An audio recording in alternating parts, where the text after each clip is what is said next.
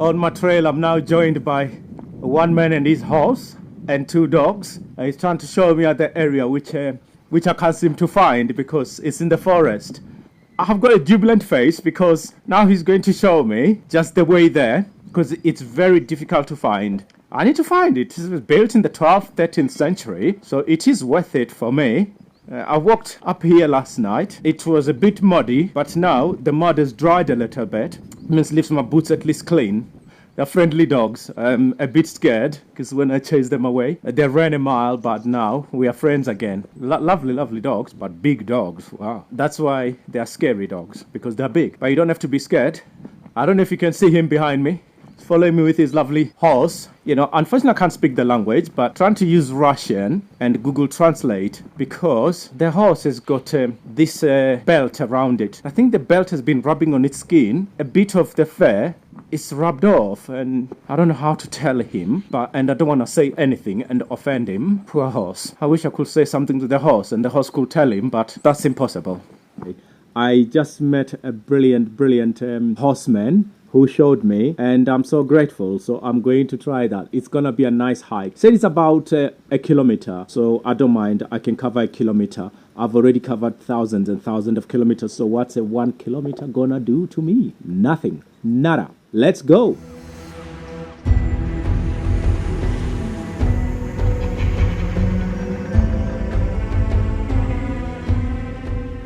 Now I'm going to show you the way to these two very old monasteries. I believe this is where most of the travelers and tourists get lost. There are two paths here. One goes to Juktavang and the other one to Motosavang. So that way is Juktavang. That way and down there it's Motosavang. Okay, I have to go here. I'm very thirsty right now. I will get some water in a bit. I will have to go down here and cross the river. So I will cross that river and go around I think there's a trail over there. And that's where I'm going, over there. I have carefully and successfully crossed the river. Now I am going to make my way on this very slippery snow. I think you can hear the noise there that I'm making on this snow, slowly melting snow. Oh! Oh!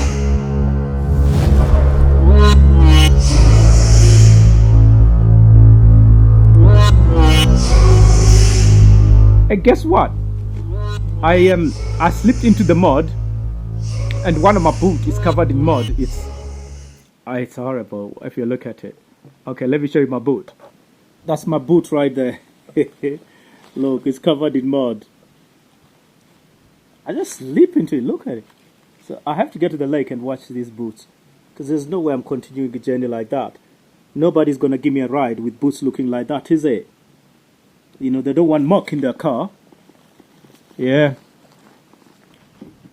Oh, a bit tired now. I've been hiking this forest on my own, which is brilliant, which is great, for the past 5 hours. Now I'm tired. I think today, the past 3 days, I must have lost at least, let me guess, 1 kilo, maybe 3 kilos of body fat. Not muscle fat, body fat. I've been doing a lot of walking, hiking, up the mountains, up the hills, going to very old monasteries, temples, churches, cathedrals. I've seen them. I haven't seen them all. I've seen a lot of them, and some of them just blew my mind.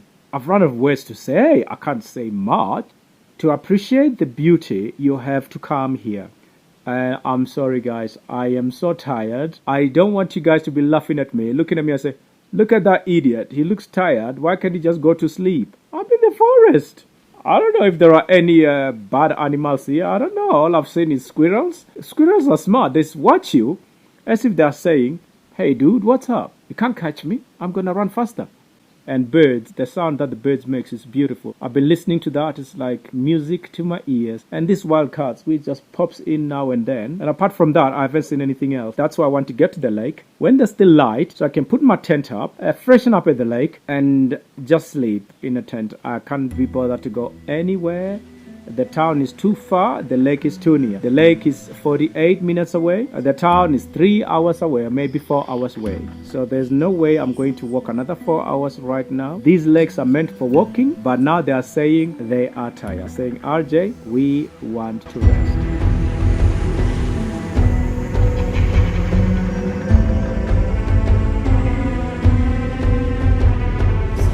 I've walked a lot. These legs are meant for walking. My legs are meant for walking. Yeah, you can sing. Nobody's going to bother you because there's nothing. There's nobody. Just look around me. It's just me, birds, and squirrels. Yeah, I've seen some wild cats. That's about it. No, not like tigers and leopards and lions. No, nothing like that. Some strange cats. You know, they look like domestic cats, but slightly bigger. When they see you, they run away. I mean, I wasn't going to try to pat it on its back, is it? Because you might get bit and you don't know whether they've got rabies or not. Let's continue on this trail. The hardest thing on this trail is the mudslide. Just look behind me. It's all muddy. I really can't walk there. Some parts covered in snow. So when you put your boot down, it just slid away. It takes a lot of energy as well. Because you're going up a hill. Up and up we go. But it's quiet, tranquil. It's beautiful. There's nobody here.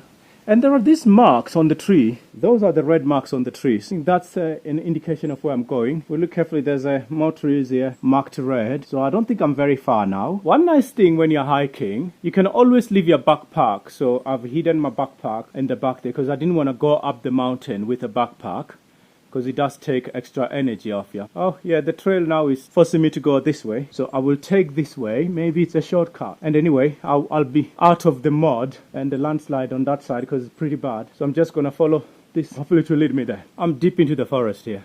I'm still going up. I'm high up. The air has gotten a bit thinner. Breathing, it's a bit different now. I'm adjusting as I'm walking up. You gotta be determined to do this. You gotta have a drive, some sense of success around you. And that's one of the things that drives me, because I want success. I want to see the results. And the results lies up there. A few more meters walk, I think, because they say it was 1 kilometer from the main road. I think I've covered maybe 700 meters. So maybe there's only 300 meters left, and that will make it 1 kilometer. Because remember, 1 kilometer is 1,000 meters. For those of you who are not very good at maths, I've just helped you there. You gotta have fun. You gotta have fun. The camera is like my best friend. If you've seen some of my video, I've said I was going to call my camera Galina. It's a Russian name for ladies. So I'm talking to Galina right now. And, you know, my camera is my best friend. So we work together. We've been through a lot together. We have camped in the snow. We have hitchhiked in the snow. And we have traveled many, many miles. Covered a lot of tracks. Now what's interesting is the trail has just gone dead. Look, there's no trail now. It's just grass and dried leaves. It's just gone dead. But I think it's just straight ahead.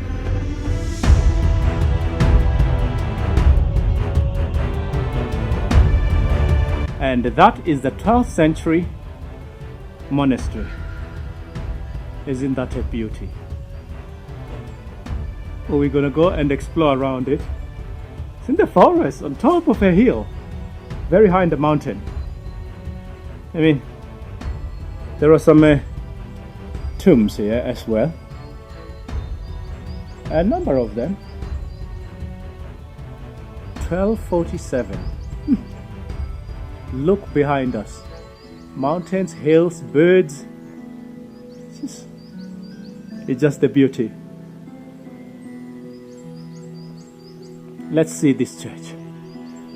Look at the cross. I like the cross. It's like a dancing lady. That's the entrance there. But look what's up there. That's a cross. It's like a dancing lady, you know. Let me just walk a little bit closer. Look at the cross. You know, that's like a dancing lady. Beautiful, beautiful cross. Let's look at the church. It's got tombs everywhere. This is the entrance, and there are like 3, 4, 5 tombs already. 5 tombs here already. I've just stepped on one because there's no way for me to walk, so now I'm going the different way. Look, it's just abandoned. It's built of rocks. I'm going to show you the top. The top is just an opening left. There's nothing covering that. Let me go around these tombs so that we can go on the other side and see. Wow, this church, it's green inside. I think maybe this is algae that caused that. Okay. And this side, it's fallen. From the outside, it looked like it's a complete ruin, but it's not, because when you go inside, you have that little damage there as the stones are falling in. You can see it's built of stones. 12th centuries. Hey, it must have been very strong people carrying all these rocks and building. Look, I think it's safer to go in because there's no signs that says don't go in. Otherwise I wouldn't have come inside. That bit on the floor there, that snow, must have come from the top of the roof. I think this means something. And there's a writing here in Armenian language before this entrance. There's some more. And that's the main entrance. I came through that. And as you come in, you see the tomb. First one, second one, third one. And then there's 4 and 5. And that is the roof. As you can see, there's no covering. There's no glass, no window panes there to cover it. So when it snows or rains, it comes down to the floor of the church. And people do come here for their prayers. And they lit candles over here.